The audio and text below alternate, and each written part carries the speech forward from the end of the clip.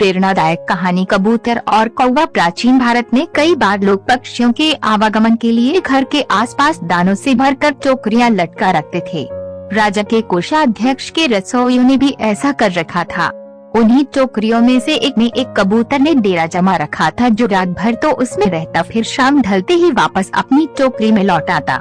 एक दिन में कौवा भी वहाँ के रसोई घर से आती हुई पकते मांस आदि की सुगंध से आकर्षित हो कबूतर की टोकरी में आ बैठा और प्रेम पूर्वक वार्तालाप करने लगा।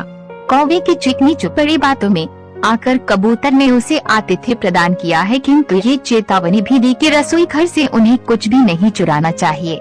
रसोइयों ने जब दोनों पक्षियों को साथ साथ देखा तो उन्होंने तत्काल कौवे के लिए भी एक टोकरी कबूतर की टोकरी के पास लटका दी, यह सोचते हुए कि ऐसा करने से दोनों मित्रों को बातचीत करते रहने के और भी अच्छे अवसर मिलेंगे। दूसरे दिन कबूतर जब तड़के ही उड़कर दूर निकल गया तो कौवा अपने वास स्थान पर दुबका पड़ा रहा। उस दिन रसोइयों ने मछली पकाना आरंभ किया। पकती मछली की सुगंध से कौवे के मुख में पानी भर भर आता। समय समय पर वे टोकरी के बाहर से निकालता और मांस चुराने का मौका तलाशता।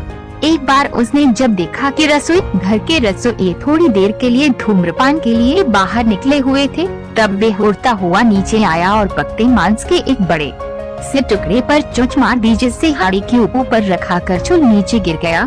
गिरे करछुल की आवाज सुनी रसोइया दौड़ता हुआ नीचे आया और कौवे की चोरी पकड़ ली। उसने तत्काल रसोई घर का द्वार बंद कर कौवे को धर दबोचा और बड़ी बेरहमी से उसके पंखों को नोच उसे मिर्च मसालों में लपेटकर बाहर फेंक दिया। थोड़ी ही देर में कौवे के प्राण निकल गए। शाम को कबूतर जब अपने निवास स्थान को लौटा तो उसने कौवे के पंख और मृत देह को बाहर फेंका हुआ पाया। उसने तत्काल समझ लिया है कि कौवा अपने लोभ का शिकार हो चुका था। कबूतर एक समझदार और दूरदर्शी पक्षी था। वह तत्काल उस स्थान को छोड़ दूसरे स्थान को प्रस्थान कर गया, क्योंकि हर कोई अपने साथियों की मूर्खता के दंड का भागी हो सकता है।